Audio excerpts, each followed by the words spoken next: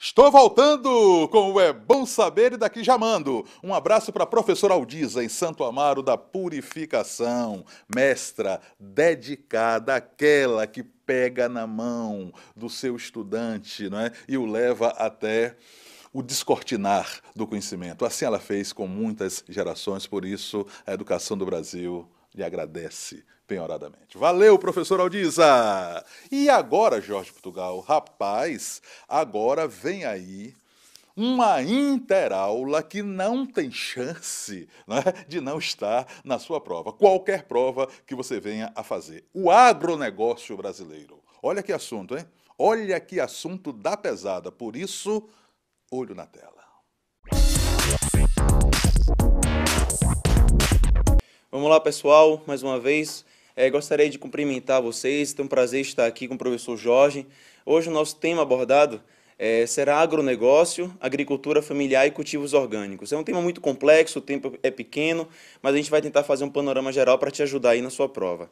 Então, Jorge, eu acho que dentro dos temas geográficos e históricos, né, a gente pode fazer um link bacana aí, uma vez que o agronegócio tem sido, digamos que, os olhos, né, a menina dos olhos do governo no que se refere ao campo, né, as commodities em alta do Brasil, sobretudo agora com o crescimento da produção do etanol, a soja que já vem crescendo a partir da década de 70, com a ocupação do cerrado, as novas fronteiras agrícolas. Então, acho que, se por um lado a gente pode falar positivamente desse setor, a gente também precisa fazer uma análise comparativa com os problemas que isso tem gerado. E esses problemas são históricos, né? E a luta também é histórica. Então, acho que a gente pode fazer, assim, um link, pode trabalhar bacana esse tema. É interessante lembrarmos para vocês que essa questão do agronegócio hoje representa um dos principais pontos do PIB, né? Sim. Do Produto Interno Bruto. E uma coisa interessante é que o agronegócio, junto com a construção civil, movimenta muito dinheiro e muitas riquezas dentro do país. Mas não resolveu o déficit social. Isso é interessante você lembrar. O Brasil, ele bomba, se a gente pode dizer assim, esse crescimento do habitação urbana, mas não resolveu o déficit urbano. E é por isso que eu tenho um movimento dos sem-tetos, Robson. E ao mesmo tempo que o agronegócio começa a exportar para o mundo vários e vários produtos, a China é o nosso principal parceiro econômico, é isso, professor? Isso. E a gente tem o que é interessante, não se resolveu a questão do campo, as questões sociais no campo. E aí o MST continua sendo o movimento mais expressivo dentro da história do Brasil atual. E vale a pena ressaltar que a questão do agronegócio se confunde também com a ideia do latifúndio opressor.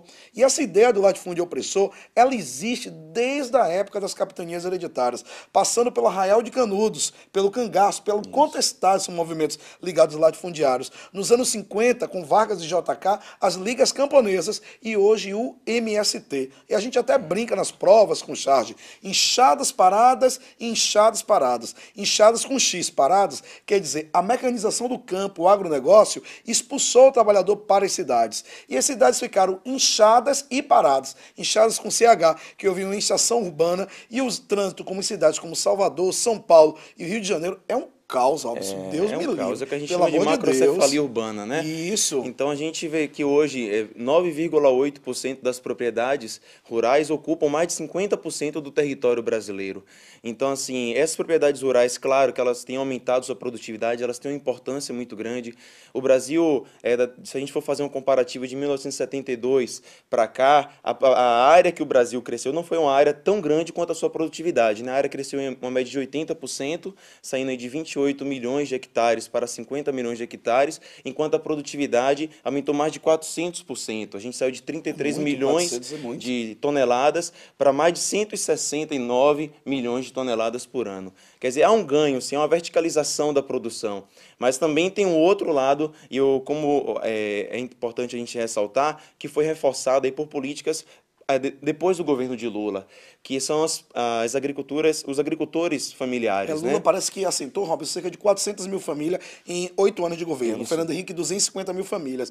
O MST, inclusive, critica os dois. Foram os dois presidentes que mais assentaram pessoas em terras, mas não fizeram a reforma agrária, que é muito mais ampla. A reforma agrária. Não basta apenas dar terra, mas condições de cultivá-la. Pode continuar, Exatamente. professor. A agricultura familiar hoje, ela ocupa uma média aí de 20% das terras do Brasil, né? São mais ou menos 4,5 milhões de propriedades que têm essa característica, sendo que metade delas está no Nordeste. E a gente não pode pensar agricultura familiar no Brasil, Jorge, sem pensar na diferença. O Brasil é um país de dimensões continentais. Claro, é um país Então, continental, né? a família que faz agricultura familiar no Nordeste é muito diferente da que faz no sul do país, né? Essa diversidade tem que ser vista pelo governo. No Nordeste é maior a agricultura familiar. A agricultura familiar ela é muito maior. Então, nós, alunos, nós que vamos fazer o Enem, podemos pensar o seguinte: o agronegócio é maior no Centro-Sul e a agricultura familiar no Norte e Nordeste? Isso. Esse pensamento está correto? Correto, sobretudo na região Centro-Oeste também. Nos últimos anos, uma vez que as terras no Na Sul... ideia no Centro-Sul, não é isso? Isso, toda a região ali, porque as terras no Sul estavam muito caras e houve uma expansão, né? Principalmente com o domínio das tecnologias de calagem, que é a correção da acidez do solo, as variações de soja. Hoje a gente tem mais de 70 tipos de sojas, de sementes transgênicas que ocupam essa área, né? O próprio desmatamento da Amazônia, nos estados do Acre, de Rondônia, o sul do estado do Amazonas, são novas fronteiras agrícolas e que acabam expandindo essa produção para lá, né? E aí a agricultura familiar ela entra como um contrapeso, uma vez que ela garante 60% de todos os produtos básicos que nós consumimos na nossa casa, né? A gente pensar no cenário da produção agrícola, daquilo que chega para a gente, é pensar na agricultura familiar.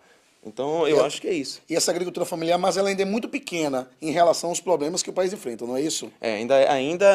Ela precisa de muitos outros incentivos, né? Muitas pessoas são, inclusive, assentadas pelo governo e não possuem um apoio técnico para dominar aquela terra, sementes, maquinário. E para competir hoje com o grande produtor, esse agricultor familiar também precisa de um apoio mais profundo, né? Eu acho que é isso, nesse cenário. Esse Robson é sabido, viu?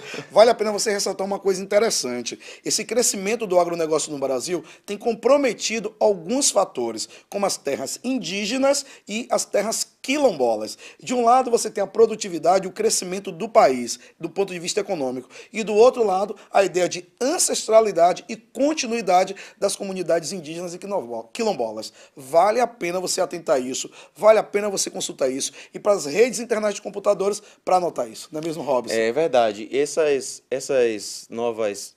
digamos assim, novas correntes, né, da produção agrícola dentro desses nichos, vem trazendo, eu diria, com a nova roupagem, com a agricultura orgânica, né, que eu acho que ainda hoje possui uma roupagem ainda um pouco elitista, uma vez que não está disponível para a maior parte da população brasileira, mas já movimenta a nível global aí mais de 30 bilhões de dólares por ano a agricultura orgânica, coisa que 10 anos atrás a gente não pensaria. E o Brasil já exporta hoje mais de 250 milhões de dólares por ano em produtos orgânicos, né? Eu acho que é uma grande alternativa para o povo quilombola, para aqueles povos que por muito tempo foram esquecidos, para entrar no nicho que possui uma rentabilidade maior e aí verticalizar sua produção, agregar valor e assim crescer, né, enquanto povo brasileiro, enquanto povo do campo brasileiro, que é fundamental para a nossa vida aqui na cidade. Que legal. Não esqueçam, agronegócio, desenvolvimento versus questões sociais. É um tema que pode estar presente na sua prova do Enem. Beijo, gente. Um grande abraço. Um abração.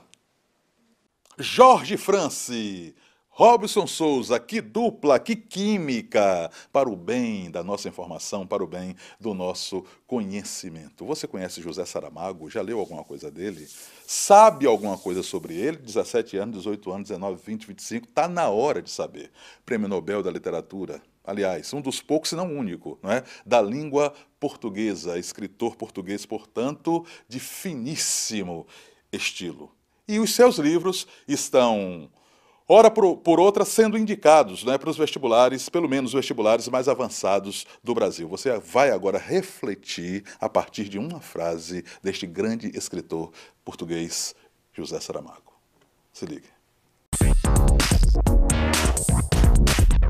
Somos a memória que temos e a responsabilidade que assumimos. Sem memória, não existimos. Sem responsabilidade, talvez não mereçamos existir.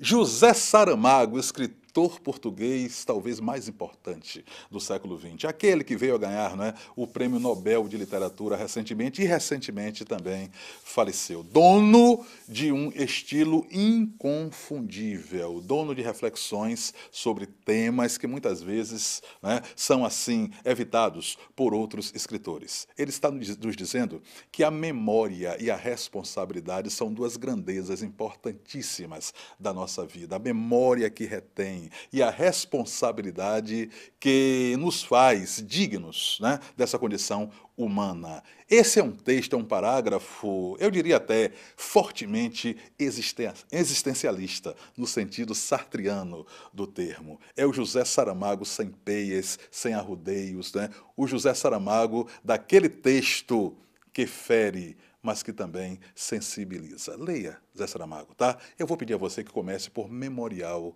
do Convento. E um dia você me diz se valeu a pena ou não valeu a pena o conselho e a dica.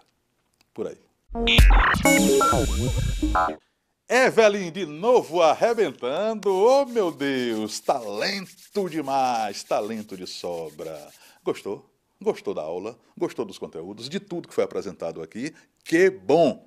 Estamos fazendo uma escola na medida para você. Além do mais, saiu da tela www.educação.ba.gov.br www.tossabendomais.com.br. Com vontade de saber mais ainda, eu espero você na próxima aula. Valeu, Brasil!